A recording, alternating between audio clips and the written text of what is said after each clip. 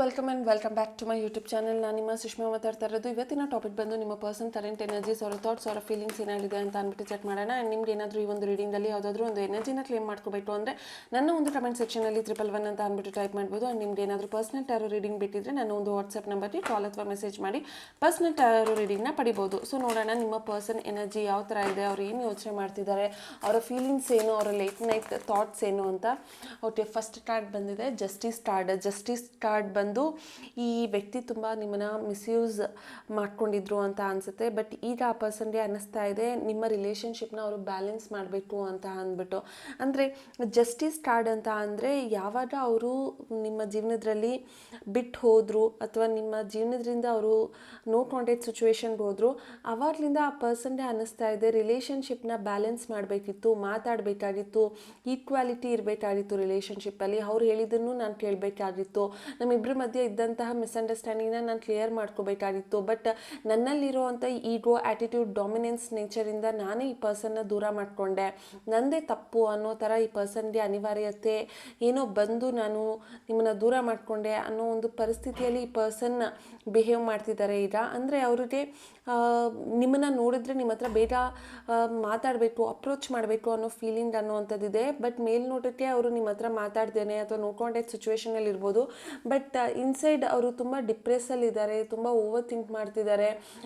ಮತ್ತು ಅವ್ರಿಗೂ ಏನೋ ಒಂದು ಕೌನ್ಸ್ಲಿಂಗ್ ಬೇಕಾಗಿದೆ. ಅಂದರೆ ಕೌನ್ಸ್ಲಿಂಗ್ ಅಂತ ಅಂದರೆ ಆ ಪರ್ಸನ್ಗೆ ಯಾರೋ ಒಬ್ಬರು ಅರ್ಥ ಮಾಡ್ಕೋಬೇಕು, ಅವ್ರ ಬಗ್ಗೆ ತಿಳ್ಕೊಬೇಕು, ಅವರ ಜೀವನದಲ್ಲಿ ಯಾಕೆ ಈ ಥರ ಆಗ್ತಾ ಇದೆ ಅನ್ನೋದನ್ನು ಯಾರ ಹತ್ರನೋ ಹೇಳ್ಕೋಬೇಕು ಅನ್ನೋ ಪರಿಸ್ಥಿತಿಯಲ್ಲಿ ಆ ಪರ್ಸನ್ನು ಇದ್ದಾರೆ. ಸೊ ಅವ್ರಿಗೆ ಅನ್ನಿಸ್ತಾ ಇದೆ ನಾನು ಏನೋ ರೈಟ್ ಮಾಡಲಿಲ್ಲ, ನಾನೇನೋ ಮಿಸ್ಟೇಕ್ ಮಾಡಿದೆ, ನಾನೇನೋ ತಪ್ಪು ಮಾಡಿದೆ, ನಾನು ಅದನ್ನು ಸರಿ ಮಾಡ್ಕೋಬೇಕಾಗಿತ್ತು, ನನ್ನಿಂದ ಏನೋ ತಪ್ಪಾಯಿತು ಅಂದ್ಬಿಟ್ಟು ಈ ಪರ್ಸನ್ನು ಫೀಲ್ ಮಾಡ್ತಿದ್ದಾರೆ ಅನ್ನುವಂಥದ್ದು ಕಾಣಿಸ್ತಾ ಇದೆ. ಸೊ ಈ ಒಂದು ಪರ್ಸನ್ ಬಂದು ತುಲಾ ರಾಶಿ ಆಗಿರೋವಂಥ ಜಾಸ್ತಿ ಚಾನ್ಸಸ್ ಇದೆ. ಅವರ ಒಂದು ಡೇಟ್ ಆಫ್ ಬರ್ತ್ ಬಂದು 2 ಆಗಿರೋ ಚಾನ್ಸಸ್ ಇರುತ್ತೆ, 2/11/2029. ಅಪ್ಪ ತುಂಬ ಎನರ್ಜೀಸ್ ಇದೆ ಅಂತ ಅರ್ಥ. Okay, will see. ಕಾರ್ಡ್ಸ್ ಈ ಥರ ಯೂಶ್ವಲಿ ಬಿದ್ದರೆ ನಿಮಗೆ ತುಂಬ ಮೆಸೇಜಸ್ ಇದೆ ಅಂತ ಅಂದ್ಬಿಟ್ಟು ಅದರ ಅರ್ಥ. ಓಕೆ, ಸೊ ಏನು ಮೆಸೇಜ್ ಬರಬೇಕು ನಿಮಗೆ ನೆಕ್ಸ್ಟ್ ನೋಡೋಣ. ಓಕೆ, 10 ಆಫ್ ಸ್ವಾರ್ಡ್ ಅಂತ ಅಂದರೆ ಯೂಶ್ವಲಿ ಈ ಕಾರ್ಡ್ ಬಂದಾಗ ನಿಮ್ಮ ಮತ್ತು ನಿಮ್ಮ ವ್ಯಕ್ತಿ ಮಧ್ಯ ಯಾರೋ ಒಂದು ವ್ಯಕ್ತಿಯಿಂದ ಒಂದು ಪ್ರಾಬ್ಲಮ್ ಆಯಿತು ಅನ್ನುವಂಥದ್ದು ಕಾಣಿಸ್ತಾ ಇದೆ. ಯಾವುದೋ ಒಂದು ಪರ್ಸನ್ ನಿಮ್ಮ ಇಬ್ಬರ ಮಧ್ಯೆ ಎಂಟರ್ ಆಗಿ ನಿಮ್ಮ ರಿಲೇಷನ್ಶಿಪ್ನ ಸ್ಪಾಯಲ್ ಮಾಡಿದ್ರು, ಅಥವಾ ನಿಮ್ಮಿಬ್ಬರ ಮಧ್ಯೆ ಇದ್ದಂಥ ಒಂದು ಕ್ಲಾರಿಟಿನ ಆ ಪರ್ಸನ್ ಬ್ರೇಕ್ ಮಾಡಿದ್ರು ಅನ್ನುವಂಥದ್ದು ಕಾಣಿಸ್ತಾ ಇದೆ. ಆ್ಯಂಡ್ ಈ ಪರ್ಸನ್ ಬೇರೆಯವ್ರ ಮಾತನ್ನ ಕೇಳಿ ಅವರು ನಿಮ್ಮನ್ನು ದೂರ ಮಾಡಿಕೊಂಡ್ರು ಅಂತ. ಬಟ್ ಈಗ ಈ ಪರ್ಸನ್ಗೆ ಒಂದು ನಿಮ್ಮ ಜೊತೆ ಒಂದು ನ್ಯೂ ಬಿಗಿನಿಂಗ್ ಬೇಕಾಗಿದೆ, ಒಂದು ಲೈಫಲ್ಲಿ ಒಂದು ಪ್ರೀತಿ ಬೇಕಾಗಿದೆ. ಅವರ ಜೀವನದಲ್ಲಿ ಇದ್ದಂತಹ ಕತ್ಲೆಗಳನ್ನ ದೂರ ಮಾಡಿ ಅದನ್ನು ಸರಿ ಮಾಡಿದ ವ್ಯಕ್ತಿ ನೀವು. ಮತ್ತೆ ಅವರು ಕತ್ಲೆಗೆ ಹೋಗಿದ್ದಾರೆ ಅಂತ ಅವರು ಫೀಲ್ ಮಾಡ್ತಿದ್ದಾರೆ. ಮತ್ತೆ ಈ ಒಂದು ರಿಲೇಷನ್ಶಿಪ್ನ ರೀಸ್ಟಾರ್ಟ್ ಮಾಡಬೇಕು, ಮತ್ತು ನಿಮ್ಮಿಬ್ಬರ ಮಧ್ಯೆ ಆದಂಥ ಒಂದು ಮಿಸ್ಅಂಡರ್ಸ್ಟ್ಯಾಂಡಿಂಗ್ನ ಕ್ಲಿಯರ್ ಮಾಡ್ಕೋಬೇಕು ಅನ್ನುವಂಥ ಒಂದು ಮೈಂಡ್ಸೆಟ್ಟಲ್ಲಿದ್ದಾರೆ. ಆ್ಯಂಡ್ ನಿಮ್ಮಿಬ್ಬರ ಜೊತೆ ಒಂದು ಮ್ಯೂಚುವಲ್ ಫ್ರೆಂಡ್ ಅಂತ ಇದ್ದರೆ ಅವ್ರ ಜೊತೆ ಮಾತಾಡಿ ಈ ಒಂದು ರಿಲೇಷನ್ಶಿಪ್ನ ಸರಿ ಮಾಡ್ಕೋಬೇಕು ಅನ್ನುವಂಥದ್ದಿದೆ.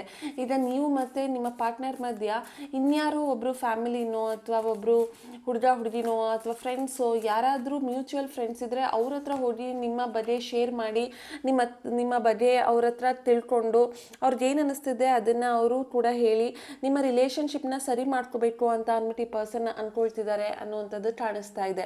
ಆ್ಯಂಡ್ ಆಲ್ಸೋ 9 ಆಫ್ ಸ್ವಾರ್ಡ್ ಅಂತ ಅಂದರೆ ಈ ಪರ್ಸನ್ಗೆ ನಿದ್ದೆ ಬರ್ತಿಲ್ಲ, ಡಿಪ್ರೆಷನಲ್ಲಿ ಇದ್ದಾರೆ, ನೈಟಲ್ಲಿ ನಿಮಗೆ ಮೆಸೇಜ್ ಮಾಡೋದಕ್ಕೆ ನೋಡ್ತಾರೆ, ಹಿಂಗೆ ಮೆಸೇಜ್ ಮಾಡಿಬಿಟ್ಟು ಮತ್ತೆ ಡಿಲೀಟ್ ಮಾಡಿಬಿಡ್ತಾರೆ. ಸೊ ಈ ಥರ ತುಂಬಾ ಆ ಪರ್ಸನ್ಗೆ ಡಿಸ್ಟರ್ಬೆನ್ಸ್ ಅನ್ನುವಂಥದ್ದು ಆಗ್ತಿದೆ. ನಿದ್ದೆ ಬರ್ತಿಲ್ಲ, ಅವ್ರಿಗೆ ಮಲಗೋದಕ್ಕೆ ಆಗ್ತಾ ಇಲ್ಲ, ಮಲಗಿದ್ರೆ ನೀವೇ ನೆನ್ಪು ಬರ್ತೀರಾ, ಅವ್ರಿಗೆ ಒಂದು ರಿಯಲೈಸೇಷನ್ ಆಗ್ತಿದೆ ಅವ್ರು ಮಾಡಿರೋ ತಪ್ಪಾಗಿರಬಹುದು, ಅಥವಾ ಅವರು ಬೇರೆಯವ್ರ ವ್ಯಕ್ತಿ ಜೊತೆ ಅವರು ಮಾತನ್ನ ಇಟ್ಕೊಂಡು ಅವರ ಬಗ್ಗೆ ಅವ್ರ ಇನ್ಫ್ಲುಯೆನ್ಸಸ್ ಆಗಿ ನಿಮ್ಮನ್ನು ದೂರ ಮಾಡಿಕೊಂಡು ಈ ಥರ ಇರೋ ಒಂದು ಪರಿಸ್ಥಿತಿ ಈ ಪರ್ಸನ್ಗೆ ಅರ್ಥ ಆಗಿ ಅದನ್ನು ರಿಯಲೈಸೇಷನ್ ಮಾಡಿಕೊಂಡು ಈಗ ಆ ಪರ್ಸನ್ಗೆ ಒಂದು ಪಶ್ಚಾತ್ತಾಪ ಅಂತ ಫೀಲ್ ಆಗ್ತಾ ಇದೆ, ಒಂದು ರಿಗ್ರೆಟ್ ಫೀಲ್ ಮಾಡ್ತಿದ್ದಾರೆ, ಏನೋ ಕಳ್ಕೊಂಡೆ ಅನ್ನೋ ಒಂದು ಫೀಲ್ ಮಾಡ್ತಿದ್ದಾರೆ. ಅವ್ರಿಗೊಂಥರ ಟೆನ್ಷನ್ನು, ಸ್ಟ್ರೆಸ್ಸು, ಆ್ಯನ್ಸೈಟಿ, ಲೈಫಲ್ಲಿ ಖುಷಿ ಅನ್ನೋವಂಥದ್ದನ್ನು ಅವರು ಬೇಕು ಅಂತ ಅಂದ್ಕೊಂಡಷ್ಟು ಅವ್ರ ಜೀವನ ಕಷ್ಟಕ್ಕೆ ಹೋಗ್ತಾ ಇದೆ ಅನ್ನೋ ಒಂದು ಫೀಲ್. ಸೊ ಹೀಗಾಗಿ ಈ ಪರ್ಸನ್ ಒಂಥರ ಕಂಪ್ಲೀಟ್ಲಿ ಅಲೋನ್ ಆಗೋಗಿದ್ದಾರೆ, ಡಿಪ್ರೆಸ್ ಆಗೋಗಿದ್ದಾರೆ ಅಂತ ಅಂದ್ಬಿಟ್ಟು ಹೇಳ್ಬೋದು. ಸೊ ಈ ಪರ್ಸನ್ ಬಂದು ತುಲಾ ರಾಶಿ, ಕುಂಭರಾಶಿ, ಮಿಥುನ ರಾಶಿ ಆಗಿರ್ತಾರೆ. ಆ್ಯಂಡ್ ಯಾಕೆಂದರೆ ಇಲ್ಲಿ ಎನರ್ಜೀಸ್ ನೋಡಿ ಎಲ್ಲ ಸ್ವಾಟ್ ಜಸ್ಟಿಸ್ ಅಂತ ಎಲ್ಲ ಬರ್ತಿದೆ. ಅಂದರೆ ಇದು ಜಾಸ್ತಿ ತುಲಾ ರಾಶಿ, ಕುಂಭರಾಶಿ, ಮಿಥುನ ರಾಶಿಗೆ ತುಂಬ ರೆಸೊನೇಟ್ ಆಗುತ್ತೆ. ಹಾಗೆ ಕರ್ಕಾಟಕ ರಾಶಿ, ವೃಷಭ ರಾಶಿ ಮತ್ತು ಕನ್ಯಾ ರಾಶಿ ಅವ್ರಿಗೆ ನಿಮ್ಮ ಒಂದು ಡೇಟ್ ಆಫ್ ಬರ್ತ್ ಅಥವಾ ಅವರ ಒಂದು ಡೇಟ್ ಆಫ್ ಬರ್ತ್ ಬಂದು 9/18/27 ಆಗಿರುತ್ತೆ. ಆ್ಯಂಡ್ ಆಲ್ಸೋ 3/12/21/30 ಆಗಿರುತ್ತೆ. ಆ್ಯಂಡ್ ಇನ್ಷಿಯಲ್ ಪ್ರಕಾರ KCRTGS ಮತ್ತು BVUWPJKHA ಆಗಿರುತ್ತೆ. ಸೊ ನಿಮ್ಮ ವ್ಯಕ್ತಿ ನಿಮ್ಮನ್ನು ತುಂಬಾ ಒಂಥರ ಮಿಸ್ ಮಾಡ್ಕೊಳ್ತಿದ್ದಾರೆ ಅಂತ ಅಂದ್ಬಿಟ್ಟು ಹೇಳ್ಬೋದು. ಅವ್ರು ಈಗಲೂ ಕೂಡ ನಿಮ್ಮನ್ನು ಮಾತಾಡಿಸ್ಬೇಕು, ನಿಮ್ಮ ಹತ್ರ ಅವರ ಫೀಲಿಂಗ್ಸ್ನ ಹೇಳ್ಕೋಬೇಕು ಅಂತ ಅಂದ್ಬಿಟ್ಟು ಆ ಪರ್ಸನ್ ಫೀಲ್ ಮಾಡ್ತಿದ್ದಾರೆ. ಅಂದರೆ ಅವ್ರಿಗೆ ನಿಮ್ಮ ಹತ್ರ ಆದಷ್ಟು ಬೇಗ ಅವರ ಜೀವನದಲ್ಲಿ ಏನೆಲ್ಲ ತಪ್ಪಾಯಿತು ಅಥವಾ ಅವ್ರ ಜೀವನದಲ್ಲಿ ಏನೆಲ್ಲ ನಡೀತು ಅದನ್ನು ನಿಮ್ಮ ಹತ್ರ ಬಂದು ಶೇರ್ ಮಾಡ್ಕೋಬೇಕು, ಹೇಳ್ಕೋಬೇಕು ಅಂತ ಅಂದ್ಬಿಟ್ಟು ಆ ಪರ್ಸನ್ ಫೀಲ್ ಮಾಡ್ತಿದ್ದಾರೆ. ಆದಷ್ಟು ಬೇಗ ನಿಮ್ಮನ್ನು ಮೀಟ್ ಮಾಡಬೇಕು ಅಂತ ಅಂದ್ಬಿಟ್ಟು ಅವ್ರು ಅನ್ಕೊಳ್ತಿದ್ದಾರೆ. ಯಾರೆಲ್ಲ ಈ ಒಂದು ಕರಾವಳಿ ಸೈಡ್ ಇರ್ತೀರಾ ಅಂಥವ್ರಿಗೆ ಈ ಒಂದು ರೀಡಿಂಗ್ ಇನ್ನು ರೆಸೊನೇಟ್ ಆಗ್ಬೋದು. ನೀವಿಲ್ಲಿ ನೋಡ್ಬೋದು ಇಲ್ಲಿ ಸಮುದ್ರ ಇರೋವಂಥದ್ದು, ಸ್ಟಾರ್ ಫಿಶ್ ಇರೋದು ಇದೆಲ್ಲ ನೋಡಿದ್ರೆ ಕರಾವಳಿ ಸೈಡಲ್ಲಿ ಇಂದ ಯಾರೆಲ್ಲ ಈ ಒಂದು ರೀಡಿಂಗ್ನ ನೋಡ್ತಿರ್ತೀರ ನಿಮ್ಮ ಪರ್ಸನ್ ನಿಮಗೆ ಬೇಗ ಮಾತಾಡಿಸ್ಬೇಕು, ನಿಮ್ಮ ಜೊತೆ ಕನೆಕ್ಟ್ ಆಗಬೇಕು, ನಿಮ್ಮ ಜೊತೆ ರಿಲೇಷನ್ಶಿಪ್ನ ಸ್ಟಾರ್ಟ್ ಮಾಡಬೇಕು ಅಂತ ಅಂದ್ಬಿಟ್ಟು ಅವ್ರು ಅನ್ಕೊಳ್ತಿದ್ದಾರೆ ಅಂತ ಅಂದ್ಬಿಟ್ಟು ಇದ್ರ ಅರ್ಥ. ಸೊ ಈ ಪರ್ಸನ್ ಬಂದು ಎಮೋಷನಲಿ ತುಂಬ ಡಿಸ್ಟರ್ಬ್ ಆಗಿದ್ದಾರೆ. ಅವ್ರಿಗೆ ನಿಮ್ಮ ಜೊತೆ ಒಂದು ಕನೆಕ್ಷನ್ ಇಟ್ಕೊಂಡ್ರೆ ಮತ್ತೆ ಅವರು ಎಮೋಷನಲಿ ಸ್ಟ್ರಾಂಗ್ ಆಗ್ತಾರೆ, ಅವರು ಮತ್ತೆ ಸ್ಟೇಬಲ್ ಆಗ್ತಾರೆ ಅವರ ಜೀವನದಲ್ಲಿ ಅಂತ ಅಂದ್ಬಿಟ್ಟು ಪರ್ಸನ್ ಫೀಲ್ ಮಾಡ್ತಾ ಇದ್ದಾರೆ. ಸೊ ಅವ್ರಿಗೆ ನೀವೇ ಒಂಥರ ಥೆರಪಿ, ನೀವೇ ಅವ್ರಿಗೆ ಒಂಥರ ಹೀಲಿಂಗ್. ನಿಮ್ಮ ಜೊತೆನೇ ಮಾತಾಡಿದ್ರೆ ಅವರು ಕೌನ್ಸಿಲಿಂಗ್ ಆಗ್ತಾರೆ. ಸೊ ಹಾಗಾಗಿ ಅವರು ನಿಮ್ಮನ್ನು ತುಂಬ ಇಷ್ಟಪಡ್ತಿದ್ದಾರೆ. ಆ ಪರ್ಸನ್ ನಿಮ್ಮ ಜೊತೆ ಕಾಂಟ್ಯಾಕ್ಟಲ್ಲಿ ಇರಬೇಕು ಅಂತ ಅಂದ್ಬಿಟ್ಟು ಆ ಪರ್ಸನ್ ಟ್ರೈ ಮಾಡ್ತಿದ್ದಾರೆ ಅನ್ನೋವಂಥದ್ದು ಇಲ್ಲಿ ಕಾಣಿಸ್ತಾ ಇದೆ. ಆ್ಯಂಡ್ ಈ ಪರ್ಸನ್ಗೆ ಒಂಥರ ಈ ಒಂದು ಕನೆಕ್ಷನ್ ಅಥವಾ ಈ ಒಂದು ಫೀಲಿಂಗ್ನ ಅವರು ದೂರ ಮಾಡ್ಕೊಳ್ಳೋದಕ್ಕೆ ಇಷ್ಟಪಡ್ತಾ ಇಲ್ಲ. ಅವರು ಅದಕ್ಕೆ ಒಂದು ಎಫರ್ಟ್ಸ್ ಹಾಕೋದು ಅಥವಾ ಒಂದು ಕಂಫರ್ಟ್ ಝೋನಿಂದ ಹೊರಗಡೆ ಬಂದು ನಿಮ್ಮನ್ನ ಅಪ್ರೋಚ್ ಮಾಡೋದು, ನಿಮ್ಮ ಹತ್ರ ಮಾತಾಡೋ ಅಂಥದ್ದು, ನಿಮ್ಮ ಬಗ್ಗೆ ಅವ್ರು ಅರ್ಥ ಮಾಡ್ಕೊಳ್ಳೋ ಅಂಥದ್ದು, ಇದನ್ನೆಲ್ಲ ಅವರು ಟ್ರೈ ಮಾಡ್ತಾ ಇದ್ದಾರೆ. ಅವರು ಪ್ಲ್ಯಾನ್ ಮಾಡ್ತಿದ್ದಾರೆ ನಿಮ್ಮ ಜೊತೆ ಹೊರಗಡೆ ಬರಬೇಕು, ಓಡಾಡಬೇಕು, ನಿಮ್ಮ ಹತ್ರ ಅವ್ರ ಭಾವನೆನ ಹೇಳ್ಕೋಬೇಕು ಅಂತ. ಆದರೆ ಪರಿಸ್ಥಿತಿ ಅವ್ರನ್ನ ಕಟ್ಟಾಕಿದೆ ಅನ್ನೋವಂಥದ್ದು ಇಲ್ಲಿ ಕಾಣಿಸ್ತಾ ಇರೋವಂಥದ್ದು. ಸೊ ಇಲ್ಲಿ ನೀವು ನೋಡ್ಬೋದು ಈ ಕಾರ್ಡಲ್ಲಿ ಇಲ್ಲಿ ಕೆಳಗಡೆ ಬಸ್ ಅಂತ ಇದೆ ಅಲ್ವಾ, ಇಲ್ಲಿ ಗ್ಲೋಬ್ ಇದೆ. ಸೊ ಈ ಪರ್ಸನ್ ನಿಮ್ಮ ಜೊತೆ ಟ್ರಾವೆಲ್ ಮಾಡಬೇಕು ಅಂತ ಅಂದ್ಬಿಟ್ಟು ಅನ್ಕೊಳ್ತಿದ್ದಾರೆ ಅಂತ ಅಂದ್ಬಿಟ್ಟು ಅರ್ಥ. ಆ್ಯಂಡ್ ಈ ಪರ್ಸನ್ ನಿಮ್ಮ ಜೊತೆ ಅವರ ಜೀವನದಲ್ಲಿ ನಡೀತಾ ಇರುವಂತಹ ಕಷ್ಟಗಳು ಏನು ಅನ್ನೋದನ್ನ ಈ ಪರ್ಸನ್ ಹೇಳ್ಕೋಬೇಕು ಅಂತ ಅಂದ್ಬಿಟ್ಟು ಫೀಲ್ ಮಾಡ್ತಿದ್ದಾರೆ.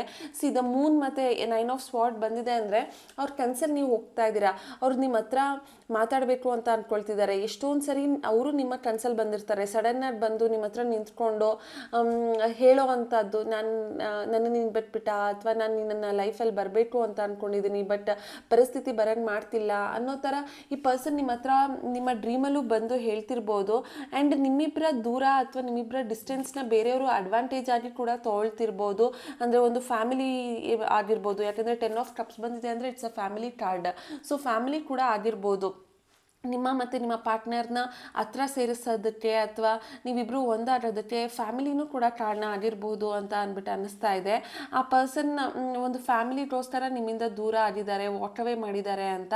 ಆದರೆ ಅವರ ಫೀಲಿಂಗ್ ಅಥವಾ ಅವರ ಪ್ರೀತಿ ಎಲ್ಲ ನೀವೇ ಆಗಿರ್ತೀರ. ಆದರೆ ಸಂದರ್ಭ ನಿಮ್ಮನ್ನು ದೂರ ಮಾಡಿರೋದ್ರಿಂದ ಆ ಪರ್ಸನ್ ನಿಮ್ಮನ್ನು ಕಾಂಟ್ಯಾಕ್ಟ್ ಮಾಡೋದಕ್ಕೆ ಟ್ರೈ ಮಾಡ್ತಿದ್ರು ಅಥವಾ ನಿಮ್ಮ ಹತ್ರ ಆ ಪರ್ಸನ್ ಬರಬೇಕು ಅಂತ ಅಂದ್ಕೊಳ್ತಿದ್ರು ಸಿಚುವೇಶನ್ ಅವರನ್ನು ತಡೀತಾ ಇದೆ ಅಂತ ಅಂದ್ಬಿಟ್ಟು ಹೇಳ್ಬೋದು. ಆ್ಯಂಡ್ ನೀವು ಈ ಪರ್ಸನ್ಗೆ ಪ್ರತಿದಿನ ಗುಡ್ ಮಾರ್ನಿಂಗ್, ಗುಡ್ ನೈಟ್ ಅಥವಾ ಅವ್ರ ಬಗ್ಗೆ ಥಿಂಕ್ ಮಾಡೋದು, ಅವ್ರಿಗೆ ಮೆಸೇಜ್ ಮಾಡೋದು ಅಥವಾ ಅವ್ರ ಫೀಲಿಂಗ್ಸಲ್ಲೇ ನೀವಿರೋದು ಈ ಥರ ಎಲ್ಲ ಮಾಡ್ತಿರಬಹುದು. ಸೊ ದಟ್ ಆ ಪರ್ಸನ್ ಮಾತ್ರ ನಿಮಗೆ ಏನೂ ರೆಸ್ಪಾನ್ಸ್ ಮಾಡ್ತಿಲ್ಲ. ಬಿಕಾಸ್ ಅವರ ಸಿಚುವೇಶನ್ ಇನ್ನೂ ವರ್ಸ್ಟ್ ಆಗಿದೆ ಅವರ ಫ್ಯಾಮಿಲಿಯಿಂದ ಆಗಿರ್ಬೋದು. ಯಾಕಂದರೆ ಇಲ್ಲಿ ಫ್ಯಾಮಿಲಿ ಕಾರ್ಡ್ ಬಂದಿರೋದ್ರಿಂದ ಅವರ ಕುಟುಂಬದವರು, ಅವರ ಫ್ಯಾಮಿಲಿಲಿರುವಂಥ ವ್ಯಕ್ತಿಗಳು ಇವ್ರನ್ನ ಸ್ಟಾಪ್ ಮಾಡ್ತಿದ್ದಾರೆ. ಅವರಿಂದ ನಿಮಗೆ ಈ ಪರ್ಸನ್ ಹತ್ರ ಬರೋದಕ್ಕೆ ಆಗ್ತಾ ಇಲ್ಲ ಅಂದ್ಬಿಟ್ಟು ಇಲ್ಲಿ ಕಾಣಿಸ್ತಾ ಇದೆ. ಬಟ್ ಈ ಪರ್ಸನ್ಗೆ ಫೀಲಿಂಗ್ಸ್ ಅನ್ನೋವಂಥದ್ದು ಇದೆ, ಆದರೆ ಅವ್ರಿಗೆ ಅದನ್ನು ಹೇಗೆ ಕ್ಯಾರಿ ಫಾರ್ವರ್ಡ್ ಮಾಡಬೇಕು ಅಂತ ಗೊತ್ತಾಗ್ತಿಲ್ಲ. ಅವರು ಒಂಥರ ಕನ್ಫ್ಯೂಷನಲ್ಲಿದ್ದಾರೆ, ಕ್ಲಾರಿಟಿ ಇಲ್ಲ, ಡಿಸಿಷನ್ ತೊಗೊಳೋದಕ್ಕೆ ಆಗ್ತಾ ಇಲ್ಲ, ಯಾವುದನ್ನ ಪ್ರಿಯಾರಿಟೈಸ್ ಮಾಡಬೇಕು ಅಂತ ಗೊತ್ತಾಗ್ತಿಲ್ಲ, ಯಾವುದು ಸರಿ ಯಾವುದು ತಪ್ಪು ಅಂತ ಆ ಪರ್ಸನ್ಗೆ ಅರ್ಥ ಆಗ್ತಾ ಇಲ್ಲ.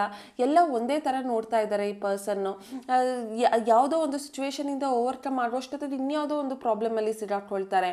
ಸೊ ಸಿಚುವೇಶನ್ಗೆ ಸಿಗಾಕೊಂಡು ನಿಮ್ಮ ವ್ಯಕ್ತಿ ನಿಮ್ಮ ಹತ್ರ ಬರ್ತಾ ಇಲ್ಲ ಅನ್ನೋದೇ ಇಲ್ಲಿ ಕಾಣಿಸ್ತಾ ಇದೆ. ಇದೆ. ಆದರೆ ಆ ಪರ್ಸನ್ ನಿಮ್ಮನ್ನು ತುಂಬ ನೆನಪಿಸ್ಕೊಳ್ತಿದ್ದಾರೆ, ಅವ್ರಿಗೆ ನಿದ್ದೆ ಬರ್ತಿಲ್ಲ, ಅವ್ರ ನಿದ್ದೆಯಲ್ಲೂ ಕೂಡ ಅವರು ನಿಮ್ಮನ್ನೇ ಡ್ರೀಮ್ ಮಾಡ್ತಿದ್ದಾರೆ. ಏನಾದರೂ ಅವ್ರಿಗೆ ನಿದ್ದೆ ಬರ್ತಿಲ್ಲ ಅಂದರೆ ಅವ್ರು ಫಸ್ಟ್ ಯೋಚನೆ ಮಾಡೋದೇ ನಿಮ್ಮನ್ನು, ನೀವು ಹೇಗಿದ್ದೀರಾ, ಎಲ್ಲಿದ್ದೀರಾ, ಯಾರ ಜೊತೆ ಇದ್ದೀರಾ ಅಂತ ಅಂದ್ಬಿಟ್ಟು. ಸೊ ರಿಲೇಷನ್ಶಿಪ್ಪಲ್ಲಿ ಅವ್ರಿಗೆ ಗೊತ್ತು ನೀವು ಅವರ ಲೈಫಲ್ಲಿ ಬಂದಮೇಲೆ ಅವರ ಜೀವನ ತುಂಬ ಚೇಂಜ್ ಆಯಿತು, ತುಂಬ ಖುಷಿಕರವಾಗಿತ್ತು ಅಂತ ಅಂದ್ಬಿಟ್ಟು. ಬಟ್ ಈಗ ಸಿಚುವೇಶನ್ ಅವರನ್ನು ನಿಮ್ಮಿಂದ ದೂರ ಮಾಡಿರೋದ್ರಿಂದ ಈ ಪರ್ಸನ್ ಯಾವಾಗ ಹೇಗೆ ಬರೋದು ಅನ್ನೋದನ್ನು ಅವರು ಪ್ಲ್ಯಾನ್ ಮಾಡ್ತಿದ್ದಾರೆ. ಒಂದು ಕಂಫರ್ಟ್ ಝೋನಿಂದ ಹೊರಗಡೆ ಬರೋದಕ್ಕೆ ಟ್ರೈ ಮಾಡ್ತಾ ಇದ್ದಾರೆ. ಒಂದು ಡಿಸಿಷನ್ನ ತೊಗೋಬೇಕು, ಒಂದು ಬ್ಯಾಲೆನ್ಸಿಂಗ್ ಆಗಿರಬೇಕು, ರಿಲೇಷನ್ಶಿಪ್ಪಲ್ಲಿ ಈಕ್ವಲ್ ಎಫರ್ಟ್ಸ್ ಇರಬೇಕು ಅನ್ನೋದನ್ನೆಲ್ಲ ಈ ಪರ್ಸನ್ ಯೋಚನೆ ಮಾಡ್ತಿದ್ದಾರೆ ಅನ್ನೋವಂಥದ್ದು ಇಲ್ಲಿ ಕಾಣಿಸ್ತಾ ಇದೆ. ಸೊ ಇದಾಗಿತ್ತು ಇವತ್ತಿನ ರೀಡಿಂಗ್. ನಿಮ್ಗೆ ಏನಾದರೂ ಈ ರೀಡಿಂಗ್ ಇಷ್ಟ ಆಗಿದ್ರೆ ನನ್ನ ಒಂದು ಕಮೆಂಟ್ ಸೆಕ್ಷನಲ್ಲಿ ತಿಳಿಸಿ. Thank you, bye.